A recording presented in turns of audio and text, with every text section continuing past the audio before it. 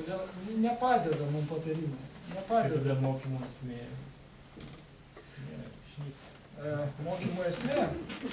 Mokymo esmė, kad žmogus įsigautų patirtį. Tai yra geri mokymai, yra ne tada, kada protinga galva šneka, kaip reikia gyventi. O kada tas, kuris šneka, jis truputėlį aktyvizuoja žmogaus mąstymą, kad jisai pats mąstytų, kad jisai kažką tai darytų, kad jisai bandytų. Ir žmogus patikės tada, kada jis kažką pabandys ir jam gausis, ir jam tai padės. Jeigu mokymuose stovi tiesiog galva, kurį prašnekėjo visą dieną ir po to visi išeina, jo, aš taip žinojau viską, gerai šneka, protingai. O po to jinai gyvena toliau pat, kaip gyvena. Vadinasi, ne, mokymai nepasisekė. Mokymai veikia tiek, kad kiek žmogus jisai kažką arba padaro mokymuose, arba tai sumotyvuoja padaryti gyvenime. Ir tada jisai, jeigu jau padaro, tada jam bus nauda. O mokymai ten, kaip sakyti, protingos galvos šnekančios. Tai su patarimu tas pats. Su patarimu tas pats, bet ten galima patarinėti žmogui ten iki pažaliavimo, ten tu daryk šitai, šitaip yra teisinga, o šitaip yra neteisinga. Tai jis galbūt to 1% ir patikės. O jie 99% sakys, ne. Bet tada yra atskaitomybė, gali padėti padaryti, kad jisai pajustų rezultatą. Na, kaip privers. 7 metų reikia. Kad jį privers tą patį daryti, tada jisai paskui paleidžia ir pats darys. Ateinėžė pamatą jam į skiepį. Išlaikyti žmogus 7 metus. Kitas žmogus negali daryti tą patį. Jam prikrausino. Ir prasmė, viso to buvo tiek energijos, kad 7 metus žmogų vers daryti tai, ko jis nenori. Tai žmogus svarbus. Nebent. Bet dažniausiai punktas tai teisingas. Draugai padeda man, bet jie padeda ne pagrindiniai savo asmeninių pavyzdžių. Tai yra, kada aš žiūriu į juos ir aš iš jų mokusi. Jie mane kaip ir įkvėpia, užkrečia. Aš galiu iš jų pasimokyti, jeigu pats noriu. Jeigu nėra pavyzdžių, iš ko mokytis, tai tada labai sunku mokytis. Tradiciškai, kaip sakoma, per amžius puodžiai eidavo mokytis pas puodžius, ten žmogus, kuris nori išmokti kalvystės, jis eina pas kalvį, ir taip toliau. Tai yra žmogus, kuris nori kažko išmokti, jis eina pas tą žmogų, kuris moka. Nėra aplink tų žmonių, kurie moka kažką, tai tada neišeina ir išmokti. Iš knygų dar nieks neišmoko. Taip jau yra. Reikia gyvo žmogaus, iš kurio aš galiu mokytis, kuris jau moka tai, ko aš noriu išmokti. Todėl šitas punktas absoliučiai reikalingas. Vienas lauke ne karys. Jėzus Kristus į tai apaštalas apsistatė. Bet ir koks jis ten. Vienas ne karys. Turi būti žmonės, kurie užsiima to, ką aš noriu pasiekti. Būtinai. Jie gali nieko nepatarinėti. Nebūtinai. Svarbu, kad aš norėčiau iš jų kažko išmokti. Arba bent jau matyčiau juos. O jeigu aš jau juos matau, tai gaunasi vėlgi tas pats kultūrinės sluoksnio efektas. Aš juos matau, aš juos girdžiu, kad jie yra šalia, aš matau jų poelgius, kaip jie, visi, kaip sakoma, žmonės yra beždžionės. Iš beždžionės kilę, ne taip jau to ir nuėjom. O ką beždžionė žemė? Blusas viena kitai valdo. Tas irgi. Aš truputėlį kitą turiu omeny. Tai kartoja vieną kitą. Tai yra netgi terminas beždžioniavimas. Mes kartojam tai, į ką mes žiūrim, į ką mes matom. Bet jeigu mes turim draugų tokių, kurie pasiekė pergalės, sėkmingi žmonės ar dar kažkas, mes pradedam kartoti. Tai, ką jie daro, kaip jie šneka, kaip jie sėdi, kaip jie elgiasi ir taip toliau. Kartais net patys nesuvokdami. Kaip galima tą labai matyti? Jie dar, kaip sakyti, natūraliai, jie dar moka mokytis. Žmogus, kuo labiau auga, tuo jis mažiau moka mokytis. Tai yra žmogus, kuo labiau suauga, jisai tuo labiau priima mokymasi kaip kažkokį mentalinį procesą, kada reikia žinias kaupti. O to vaikas, jam žinių nereikia. Žinių, kam jam to žinios? Jisai mokosi per gyvenimą, jisai kartoja. Jisai kartoja poelgius, žodžius, ten intonacijas, vėl viską. Ir tai yra mokymasis. Tai yra svarbiausia. Ne tas 1%, ką aš žinau, o tie 99%, ką aš darau, kaip aš jaučiuosi, kiekvieną minutę. Ir vaikas tako puikiausias, nesupranta, nedaro. Mes suaugę dėja, mes jau, kaip sakyti, per daug protingi dažniausiai būname. Turim savo nuomonę tvirtą apie viską ir mums labai sunku mokytis būna.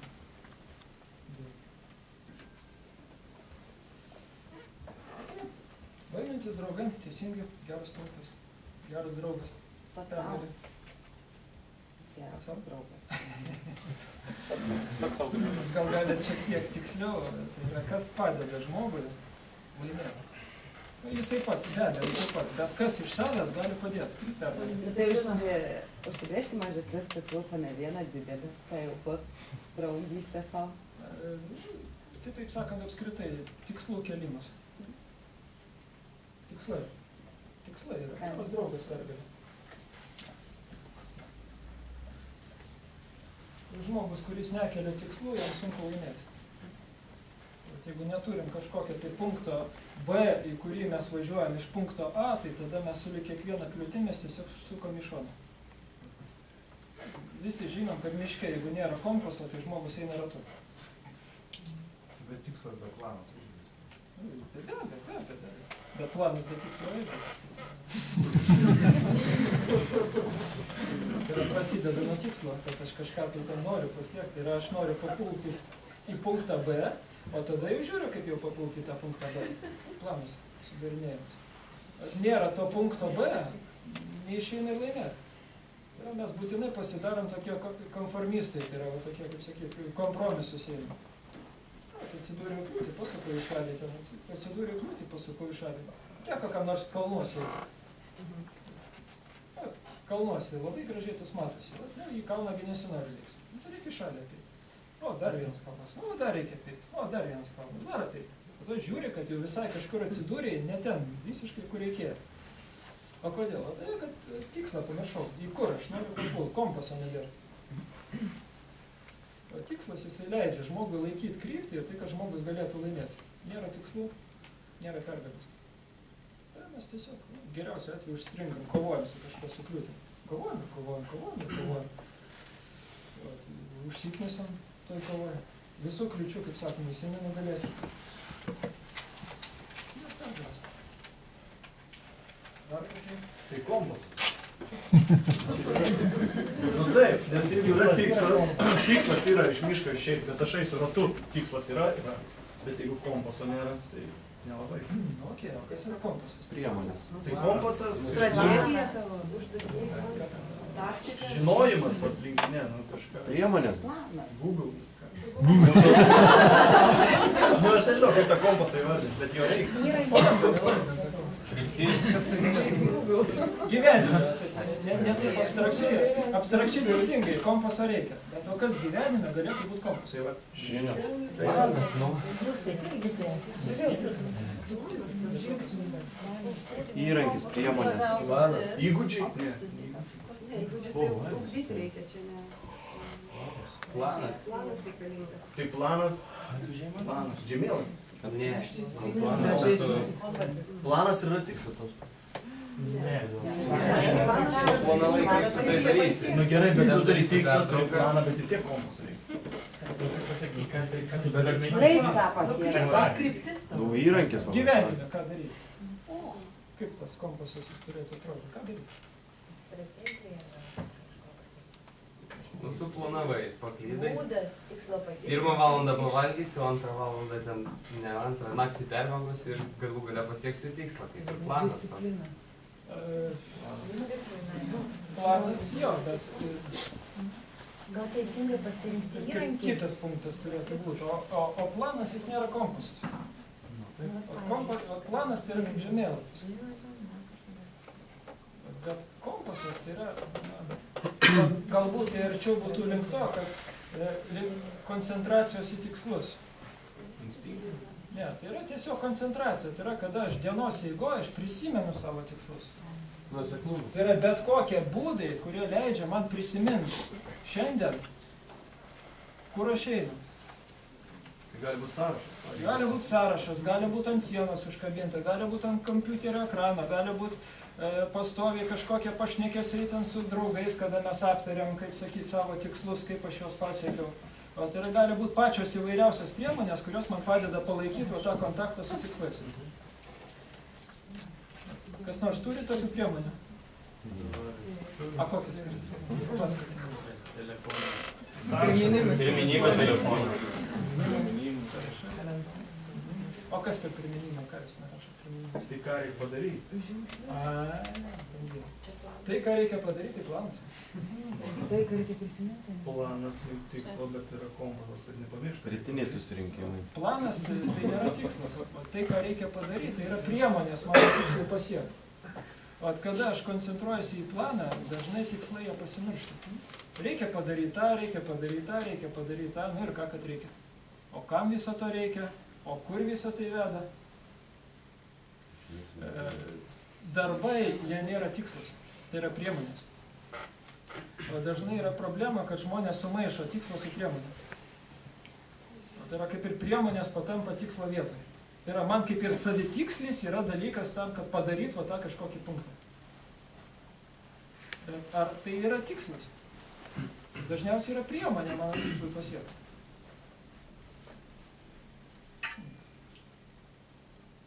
Skirtumai. Galima pavadinti kiekvieną daiktą. Pasakyti, draugą iš draugo mokytis galima pasakyti, kaip čia viena iš mano priemonių. Tai priemonė, teisingai, tai yra priemonė. Priemonė. Čia ir yra sąrašas priemonių, kaip pasiekti pergalę. Tai ir yra priemonės. Bet jeigu mes šnekam apie tikslus, o tikslai tai yra rezultatas, kurį aš noriu pasiekti, o ne darbas, kurį aš turiu padaryti. Bet reikalas tame, kad tikslą galima pasiekti daugeliu priemonių. Jeigu mes priemonę pastatom tikslo vietą, mes dažnai susiduriam su kliūtim. Tarkim, tai aš darau verslą. Ir mano tikslas koks yra? Padaryti. Uždirbti pinigų. Tiksliau. Kiek aš tų pinigų noriu uždirbti? Nes uždirbti pinigų, tai aš jau uždirbu, aš jau dabar uždirbu. Tikslas jau kaip ir yra vadinasi. Aš jau 10 litų uždirbu, vadinasi, aš jau pinigų uždirbu. Tai nėra tikslas. Jis jau yra. Tikslas, tarkim, būtų, jeigu aš noriu uždirbti 10 milijonų. Aš dabar to neturiu ir yra kažkoks rezultatas, kurio aš siekiu ateityje. Tai yra mano tikslas. Kaip aš tą galiu padaryti, yra šimtai variantų. Tai yra, aš galiu prekiauti nekilnojamų turtų, aš galiu ten mokymus kokius vesti, aš galiu, nežinau, statybom užsiimti, aš galiu velnės žinko užsiimti ir visą tai ves link mano tikslą. Jeigu aš statau tikslą, tarkim, ten pastatyti namą ir jį parduoti. Stačiau, atėjo krizė. Namas nepastatytas. Namą nepardavė. Pralaimėjimas. O kodėl pralaimėjimas? Todėl, kad priemonę pastačiau tikslo vietą. Nes, nu ir kas, kad krizė? Statybos tai neina, štai galima kitur pinigus užduoti. Pavyzdžiui, didelė dalis tų žmonių, kurie užsiminėjo statybą, neperėjo greitus kreditus. Krizės metu pati paklausiausia prekė, kurios reikia. Kas yra? Pinigai. Tie, kurie toliau kabinasi į statybas, jie dažniausiai žlugo. O tie, kurie permetė savo pastangas į greituosius kreditus, jie puikiausiai pasikėlė. Pirmi jie kabinasi į priemonės, antri jie kabinasi į tikslą. Tai yra jų tikslas uždirbti pinigus. O ar statybom, ar greituoju kreditu, o koks jam ten labai skirtumas? Tame yra skirtumas priemonių ir tikslų. Tikslam pasiekti visuomet yra daug priemonių. Ir sveika, sakykim, turėti asortimentą, kaip aš galiu tai daryti. Taip, nu, okei, tikslai atskira tema. Čia kita atskira seminarą. Tai tiklas. Tiesiog pabandom kažkokį tokį pabaigti sąrašiuką, apie ką, kas gali padėti, pasiekti pergalę. Patirtis. A kokia tai? Gera. Sėkminga. Sėkminga patirtis. O tai kas kompasas yra?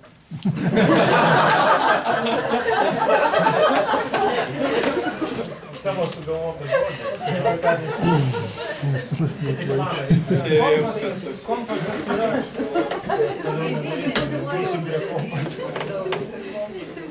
Kompasas tai yra mano koncentracija į tikslus.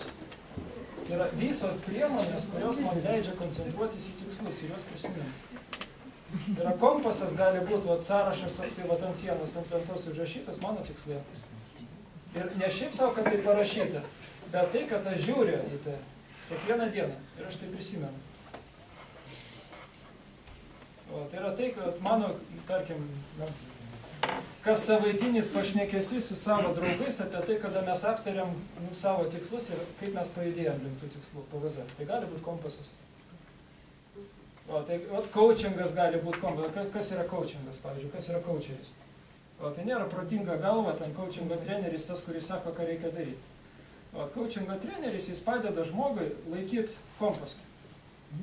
Žmogus, jis paprastai nusimuša nuo savo tikslų. Tai yra įtraukia tą kasdienybę, ten kažkokias problemos, įvykiai, taip toliau. Jisai kartą į savaitę, tarkim, susitinka su coachingo treneriu. Ir ką coachingo treneris sako? Kaip tau su tikslais sekasi? Ką tu šią savaitę padarai tam, kad pasiekši tuos savo tikslus? O kas tau išėjo, o kas tau neišėjo?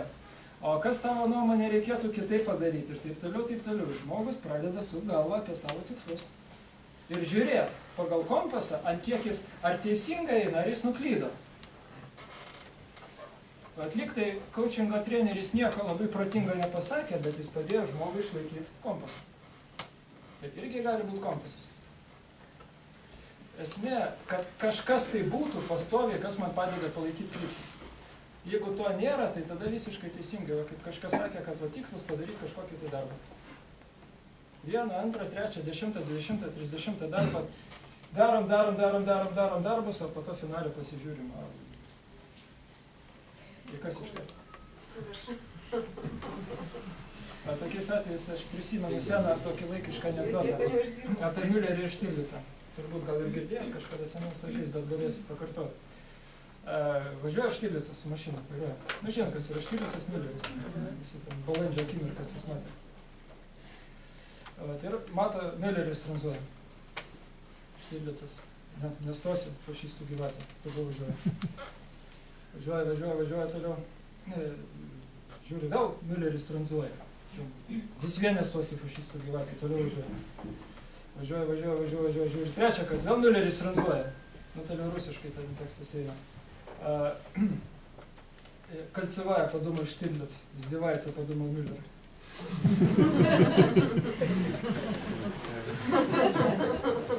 Supranta rusiškai, tai yra kольцевая, tai yra žiedas. Kai ratu važiuoja. Juokas juokas, bet dažnai gyvenime tai būna. Tyčiasi. Mülleris galvoja tyčiasi, o Štirlicui tik dabar dašyla, kad jis ratu važiuoja. O Mülleris tranzuoja, jis vis pravažiuoja. Tik iš trečio karto dašyla, kad čia kažkaip tai ratu visą tai vyksta. Gyvenime dažnai tas pats būna. Mes važiuojam, darom, dirbam 1, 2, 3 poelgį, po to žiūrim, Mülleris tranzuoja. Gyvatė tas Mülleris, važiuojam toliau, vėl darom, dirbam, po metų žiūrim, vėl Mülleris tranzuoja. Tai čia tuščia sąskaita turbūt. Aš sėkiu milijono, kaip 0, taip 0. Uždirbu daugiau, Jeigu visiem už kažkur išleidžiu. Kompaso nėra. Jeigu mano tikslas milijonas, tai ten koks skirtumas, kiek aš uždirbu, turbūt kiek. Uždirbu 1000, išleidžiu 1000, uždirbu 5000, išeina 5000, uždirbu 30 000 išeina. Lyg tai gyvenimas gerėja, bet Mülleris kaip tranzuoja, taip tranzuoja.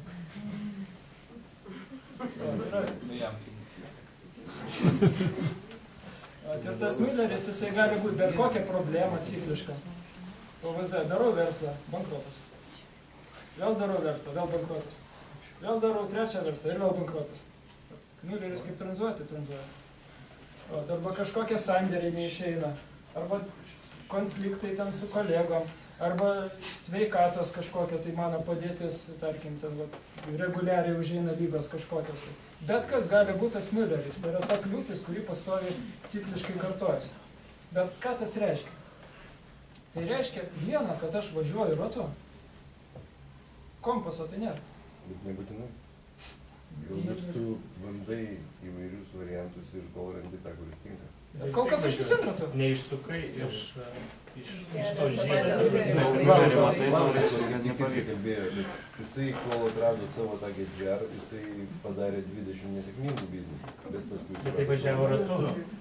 Kol suprato, kad jisai važiavo ratu. Ne, jisai bandė įvairių 20 būdų, kaip reikia nedaryti verslą.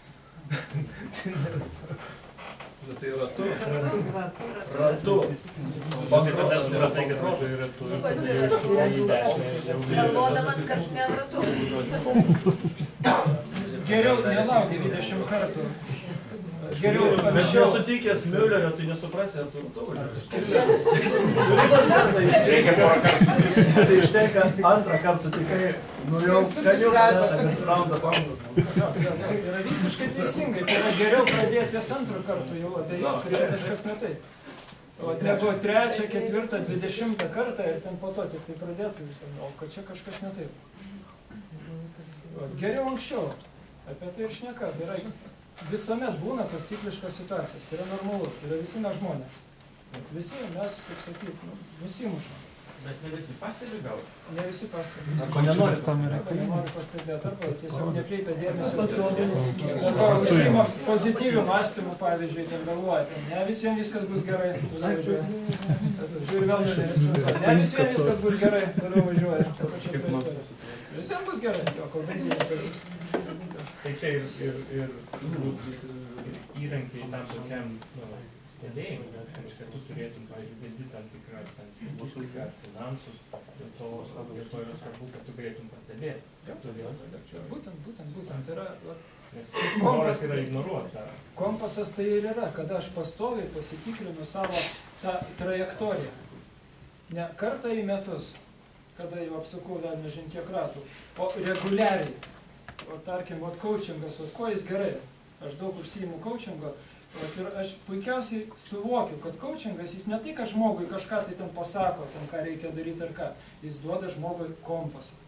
Tai yra žmogus, kuris lankosi per savo coacherį, jisai pastovi pasižiūri, kurioje aš dabar padėti. Ar aš ratu jau einu, ar aš į priekį einu, ar aš išlaikau tą savo trajektoriją, ar ne. Ir vien tai, kad jau žmogus tai daro, tai jau yra didelis dalykas. Kokia tai forma bus, tai ne taip ir svarbu, svarbu, kad tai būtų. Pastoviai, reguliariai. O jeigu ten žmogus susimasto apie tai, ką jis pasiekė ten ties 60 metais tik tai labai sunku būna kažką tai ištaisyti. Geriau tai reguliariai daryti, pastoviai. Pastebėti.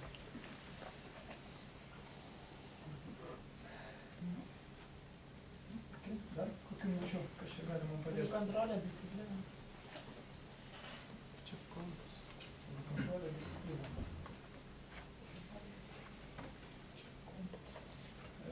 Čia toks slidus momentas. Lyg tai padeda, bet kartais ir trūkdo. Savikontrolė.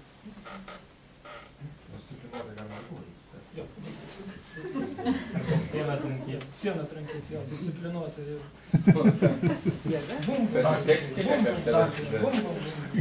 Prakalsi. Aišku, prakalsi. Paskui kita siena bus. Sienas pasižiūri už tenas Mülleris.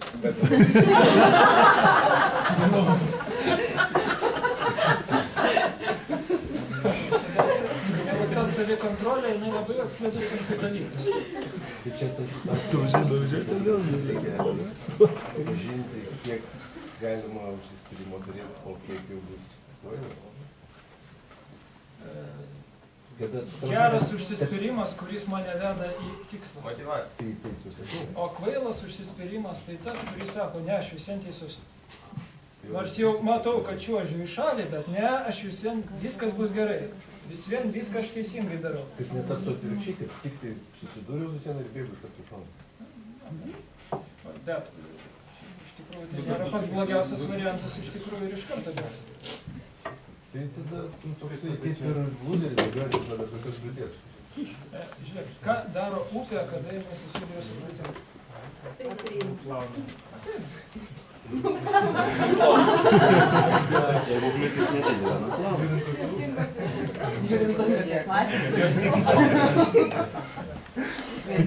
Paprastai upė, jinai negaišta nei laiko, nei energijos tam, kad šalint kliūtis, jinai jas apiplaukia. Aš netaip seniai buvau šitoje Nemuno kilpose, teko būtent druskininkas yra tokios, Nemunas daro šitokias baisinės kilpas. Ten, kur ten porą kilometrų liktai ten tiesiog, o ten gal 17 kilometrų apiplaukia. Kyla klausimas, o kodėl? Nemun, šitokia jėga. Geologai išsiaiškino, dėl ko. Pasirodo, toje vietoje yra mažas tektoninis lūžis. Tektoninis lūžis tai reiškia kažkokioje vietoje įsmuko šiek tiek žemę, kito šiek tiek aukščiau. Ir tas skirtumas gal centimetras. Ar porą. O Nemunas paskui tą centimetrą ir tą 17 kilometrų atplaukia. Kas durnas?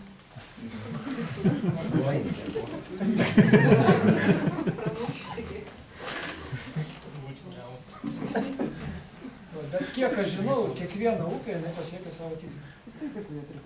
Kas įdomiausia. Jeigu jinai išeikvotų visą energiją kovai su visom kliūtim, kurios pasitaiko, labai daug šansų, kad jinai tiesiog nepasiektų savo tikslą. Kalnų upės vasarą pasiekia. Iš kur mes žinom, kad Nemuno tikslas yra būtent tas, kurį jis pasiekė? Man atrodo, jeigu nieko veikta, paplaukti. Nes jam padiktuota yra tektoninio lūžės siekti tikslą, bet čia ne jo pasirinkimas. Jo tikslas ne ta kilpa, jo tikslas jūra. Jūra jisai vis vien pasieks. Ar taip plauks, ar trečiai plauks, jis visiems žino, kad jis pasieks savo tikslą.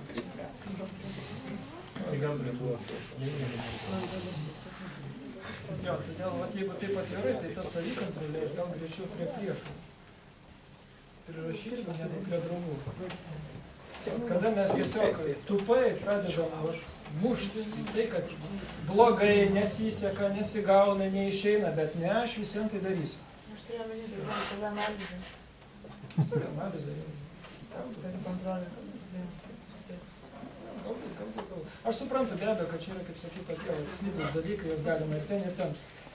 Kaip mes suprantam tas savokas. Nes labai dažnai žmonės skirtingi tą pačią savoką labai skirtingą prasmę įdeda. Ir vieni vadindami savikontrolę turi omeny vieną, o kiti turi omeny kitą. Aš tiesiog, kaip sakyti, tą savoką įsigilinu, kad aiškiau suvokti, o kada tai yra draugas, o kada tai yra priešas. Nes, kaip sakom, bet kas gali būti ir draugas, ir priešas, jeigu tai paėmus. Bet kas gali būti įrankiu, kuris padeda, ir bet kas gali būti įrankis, kuris ten papjauna. Svarbu, kaip tai naudoti. Niekuomet nėra taip, kad kažkas būtų teisinga, kažkas neteisinga. Taip nebūna. Svarbu, kaip mes tai naudojam. Ta pati savikontrolė ir ta pati disciplina, aš pilnai suprantu, kad tai padeda. Tiesiog gyvenimo patirtis rodo, kad dažniausiai tai trukdo. Vien todėl, kad dažniausiai to per daug būna. Tai yra žmonės per daug save kontroliuoja, per daug save spraudžia į kažkokius tai rėmus, kad taip reikia. Ir niekaip kitaip. Ir dėka to, kad jie taip save kontroliuoja, dažniausiai praranda galimybę padaryti manevrą kažkurio tai vietoje. Ir jie praranda šansus. Todėl tai lyg tai draugas, kartais gali būti draugas, bet dažniausiai tai priešas. Taip, na, okei, mes kažkaip taip. Gražiai šnekam, mūsų laikas jau baigėsi. Temos begalinės, galima šnekėti, bet taip atvirai mes ir praktikas nelabai kažinką padarėm. Be abejo, aš suprantu, kad turėtų prasme ir praktiką padaryti adekvačią šito klausimą. Bet tam jau, kaip sakant, reikia laiko ir normalių išskirti. Mes šį valandą turim, todėl aš tiesiog kažkokį įvadą ir tokį supažindinimą apie tai, kas yra pergalė ir kaip link jo siekti. Kad pergalė tai nėra aklas tikėjimas ir ten toks, kaip sakyti,